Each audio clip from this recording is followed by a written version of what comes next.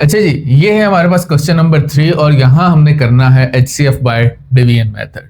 और HCF by division method की ना बड़ी मतलब ये खूबसूरत सी चीज है, बहुत आसान सा काम है। आपने डिवीजन मेथड पहले पढ़ा होता है, उसी डिवीजन मेथड से हमने HCF फाइंड करना होता है। हल्का फुल्का सा ट्विस्ट है जो हम दरमियान में डिस्कस कर लेंगे। अब फाइंड करते हैं कि HCF बाय डिवीजन मेथड है क्या। तो यहाँ पे दोनों टर्म्स के अंदर अमूमन जो हमें क्वेश्चन दिए हैं वो आगे वाली टर्म हमारी बड़ी है, ठीक है। अलबत्ता आप दोनों में कंपैरिजन करना हो। एक तो कंपैरिजन ये है कि जो हाईएस्ट पावर है वो हम देख लेंगे, जिसकी हाईएस्ट पावर है वो अंदर आ जाएगा, जो उसकी लोअर पावर है वो बाहर आ जाएगा, ठीक है। अगर पावर दोनों की सेम हो तो उनके साथ जो कांस्टेंट है वो जिनमें से जिसका बड़ा हो वो अंदर आ जाएगा। इस तरीके से हम इसको सिलेक्ट करेंगे। तो सबसे पहले बाहर लिख लेते हैं a square plus a minus 2 और अंदर आ जाएगा हमारे पास a cube plus 2a square plus a plus 2, ठीक है। अब इसके बाद जब हम इसको डिवाइड करना है तो हमने क्या चेक करना है कि a स्क्वायर को किससे मल्टीप्लाई करें कि a क्यूब बन जाए। तो a स्क्वायर को a से मल्टीप्लाई करें। फर्स्ट का हमने देखना है सारा, आगे वाले जो बनेंगे वो देखेंगे, लेकिन हमारा कंपैरिजन फर्स्ट के साथ है कि फर्स्ट को किससे मल्टीप्लाई करेंगे फर्स्ट के इक्वल हो जाए। तो a स्क्वायर को a से मल्टीप्लाई करें तो a क्यूब बन जाएगा। अब ये नहीं है कि सिर्फ पहली टर्म में मल्टीप्लाई करनी है, सारी टर्म्स होंगी a into A square, a into minus two a, तो plus minus cancel, minus 2 minus a square minus plus plus plus 3a plus 2। यहाँ पे भी a स्क्वायर है, यहाँ पे भी a स्क्वायर है, इसका मतलब ये स्टिल अभी डिवाइड हो सकता है। तो a स्क्वायर को किससे मल्टीप्लाई करें, a स्क्वायर आए 1 से, तो प्लस 1 a स्क्वायर 1 जा a square, a into 1 a and minus 2 into 1 minus 2, ठीक है। अब यहां पे जब डिवाइड करें तो प्लस माइनस ये cancel, minus 3a minus a 2a और माइनस प्लस प्लस हो जाएगा और प्लस 4 2a प्लस 4। अब जब हम आगे जाएंगे अब क्या हो गया, अब फर्क ये हो गया कि ये जो पावर है ये इससे छोटी हो गई, तो ये वाली शिफ्ट हो जाएगी अंदर और जो स्मॉलर पावर है जो इधर बच गई थी वो शिफ्ट हो जाएगी बाहर। लेकिन उससे पहले एक चीज होगी कि 2a के अंदर प्लस 4 में 2 कॉमन है। अब ये जो कॉमन है a प्लस 2 ये आपकी उस टर्म में मौजूद नहीं है, ठीक है। जो इस टर्म में 2 कॉमन है फैक्टर के तौर पे, ये इस टर्म में मौजूद नहीं है। तो क्या करेंगे, इसको आउट कर देंगे। ये ट्विस्ट है कि हम किसी भी एक्सप्रेशन में से कुछ कॉमन हो तो उसको हटा सकते हैं, मतलब वो चीज डिवाइड कर सकते हैं। इसी तरीके से अगर कहीं कुछ जरूरत हो मल्टीप्लाई भी कर सकते हैं, वो हम आगे के क्वेश्चन में देखेंगे कि क्या जरूरत पड़ सकती है हमें और इससे हमारी ओवरऑल चीज पे फर्क क्यों नहीं पड़ता है। वो चीज तो खैर हमने भी पीछे क्वेश्चन में समझ ली है कि किसी भी टर्म से कुछ भी मल्टीप्लाई करें नॉन कॉमन फैक्टर को तो उस पर फर्क नहीं पड़ता। अब आ गया a प्लस 2 बाहर, a square plus a minus 2 अंदर। तो a को किससे मल्टीप्लाई करें कि a स्क्वायर आए a से, तो क्या बन जाएगा a स्क्वायर, और a को किससे मल्टीप्लाई करें, 2 को किससे मल्टीप्लाई करें a से, तो 2a आ जाएगा, प्लस माइनस कैंसल, माइनस तो क्या आ जाएगा plus a minus 2a minus a और माइनस 2।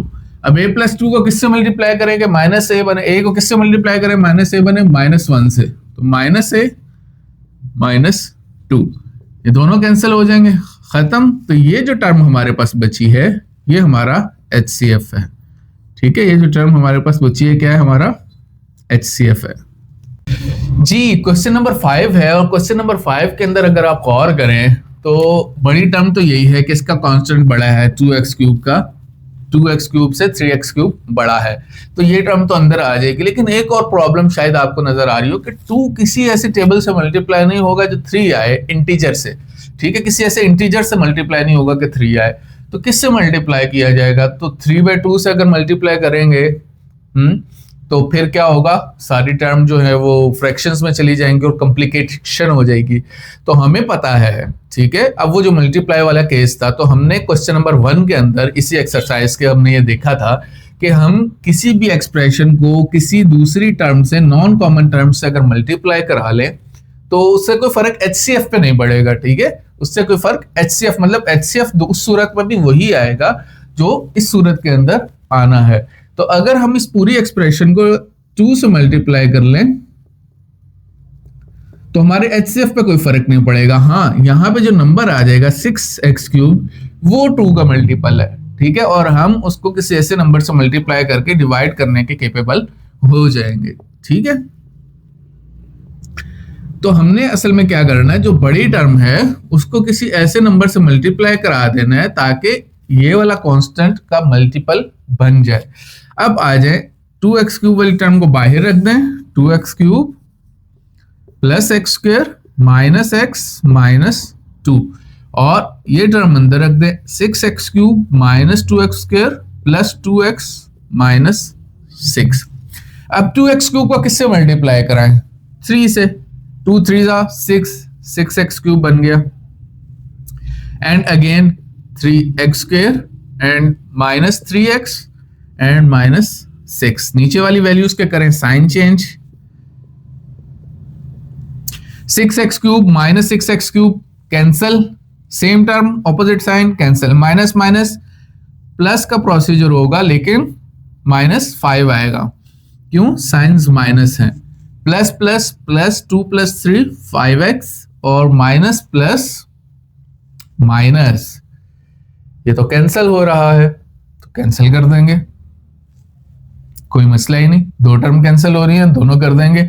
यहां पे देखें क्या -5x कॉमन आ रहा है, ठीक है, -5x कॉमन आ रहा है और अंदर बच रहा है x + 1।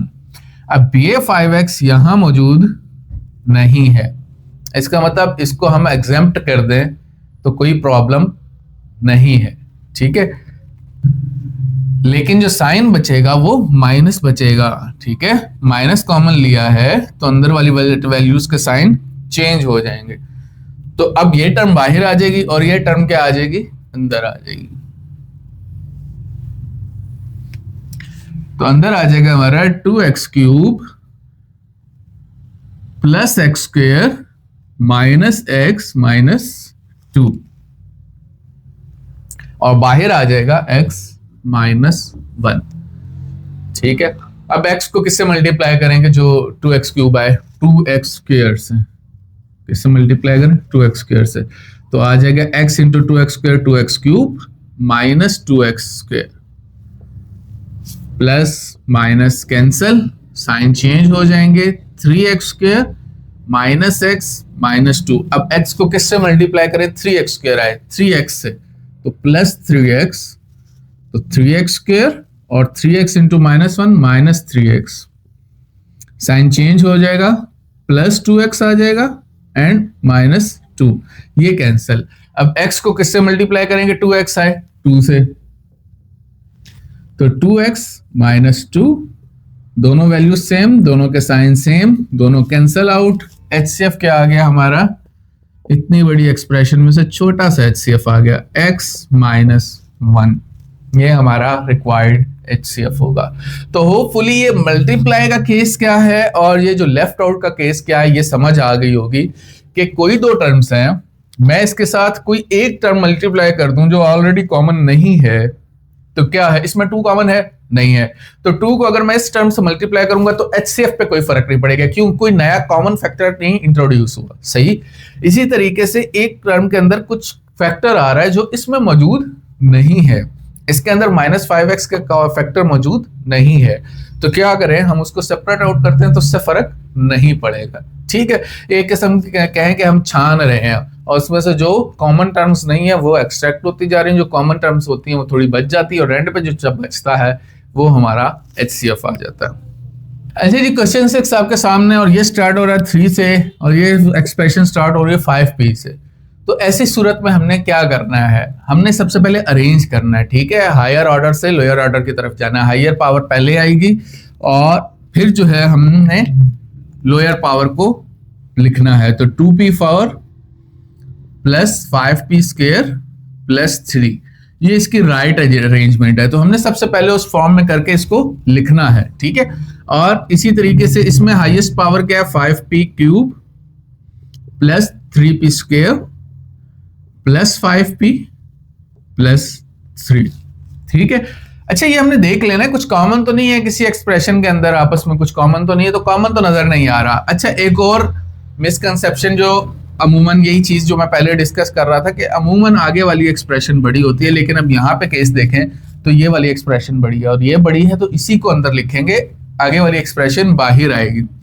ठीक है, तो हमारा असल क्राइटेरिया क्या है कि जो हायर पावर है वो हमारी अंदर आएगी, जो लोअर पावर है वो बाहर आएगी।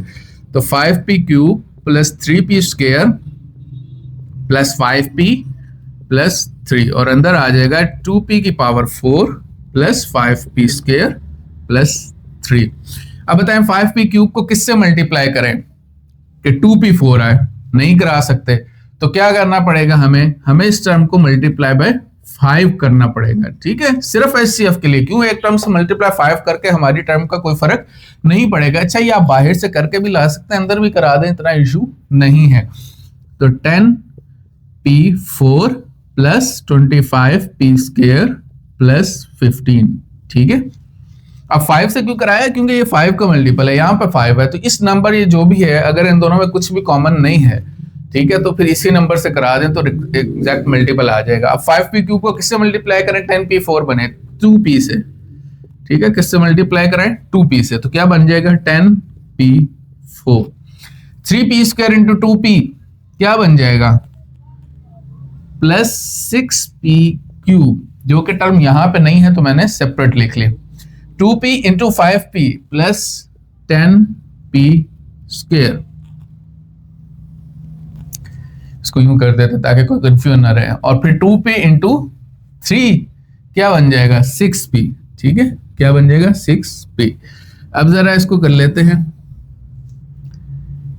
ये opposite sign cancel, plus minus 25 में से 10 निकालेंगे तो 15p स्क्वायर, और इसके भी साइन चेंज हो जाएंगे, और माइनस 6p क्यूब सबसे पहले आ जाएगा, क्यों, बड़ी साइन है, फिर इसके बाद आ जाएगा माइनस 6p और एंड पे 15। अब अगर आप इसमें देखें यहां इस टर्म के अंदर माइनस 6p क्यूब, ये भी मजीद डिवाइड हो सकती है, लेकिन इसके अंदर अभी प्रॉब्लम है, तो हम क्या करेंगे, यहां से जो कॉमन निकल रहा है ना, कॉमन उसमें से पहले निकाल लेंगे। तो सबसे पहले देखते हैं कि minus 6p cube plus 15p square minus 6p plus 15 में से क्या कॉमन है, 3, माइनस 3 कॉमन ले लें, इस टर्म को प्लस कर लेते हैं, तो 2p cube plus 5p square, plus की जगह क्या हो जाएगा, माइनस हो जाएगा, प्लस क्या आ जाएगा 2p माइनस 5, ये आपकी एक्सप्रेशन बन जाएगी। ठीक है, तो इस माइनस 3 को हम इग्नोर कर देते हैं, जब भी कुछ कॉमन आएगा वो इग्नोर हो जाएगा। यहाँ नीचे मैंने नहीं किया, आप इसको इसी जगह पे करके आगे नेक्स्ट स्टेप को यहीं से कंटिन्यू कर सकते हैं, यहाँ पे स्पेस नहीं है तो मैं यहां से आगे लिख रहा हूं। तो यहां पे आपका आ जाएगा 5p cube plus 3p square plus 5p plus 3, और ये आपका आ गया 2p cube minus 5p square plus 2p minus 5। जो यहाँ पे 5 है वहां पे 2 है, जो यहाँ पे 3 है वहां पे 5 है, ऑपोजिट सा मामला चल रहा है। इसको मजीद मल्टीप्लाई कर लेंगे 5 से, क्योंकि स्टिल यहाँ पे 5 और वहां पे क्या आ गया है 2, तो इस पूरी एक्सप्रेशन को मल्टीप्लाई कर देंगे 5 के साथ, तो ये बन जाएगी 10p cube minus 25p square plus 10p minus 25। Again 5p cube को 2 से मल्टीप्लाई करेंगे तो 10p cube plus 2 into 3 6p square plus 2 into 5 10p plus 2 into 3 6। नीचे वैल्यूज के साइन चेंज, ये माइनस ये माइनस ये minus, minus minus plus minus 31p square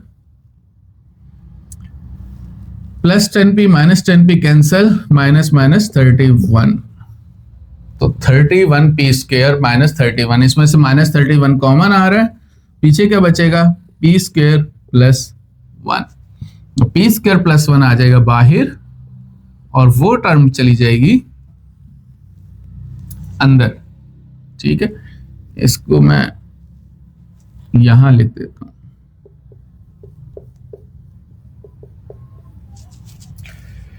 अब पी स्क्वायर प्लस 1 और अंदर आ जाएगा 5p cube plus 3p square plus 5p plus 3। तो आप देख रहे हैं काफी सारी कॉम्प्लेक्शन बन गई है, तो आप परेशान नहीं होना इस चीज से, ठीक है, चलते जाना है। अब पी स्क्वायर को किससे मल्टीप्लाई करें कि 5p क्यूब बने, 5p से, तो 5p क्यूब प्लस 5p, तो ये दोनों टर्म क्या हो जाएंगी, कैंसल हो जाएंगी। नीचे बच जाएगा 3p square plus 3। P square plus 1 को किससे, पी स्क्वायर को किससे मल्टीप्लाई करें, 3 बने, 3p square plus 3 plus minus cancel, minus cancel, P square 1 आपका जो है वो HCF आ जाएगा, ठीक है। क्या HCF आ जाएगा, p स्क्वायर प्लस 1, ठीक है। वो जो आपको यहां तक गड़बड़ फील हो रही थी वो आपको एक ही दो स्टेप के अंदर अचानक से खत्म हो गई, ठीक है। तो इन चीजों से घबरा के कि आपको बार बार कुछ मल्टीप्लाई करना पड़ रहा है, कुछ कॉमन लेना पड़ रहा है, ये मसले का हल नहीं। हमने क्वेश्चन सिंप्लीफाई करते जाना है, स्टेप्स को फॉलो करना है। अगर आपको स्टेप्स पता है, उस पर ग्रिप है, तो आपने जस्ट फॉलो करते जाना है और आंसर आपका खुद ब खुद आएगा। इसलिए नहीं घबरा जाना कि कॉम्प्लेक्स ज्यादा हो रहा है, स्टेप्स ज्यादा बन रहे हैं, मुश्किल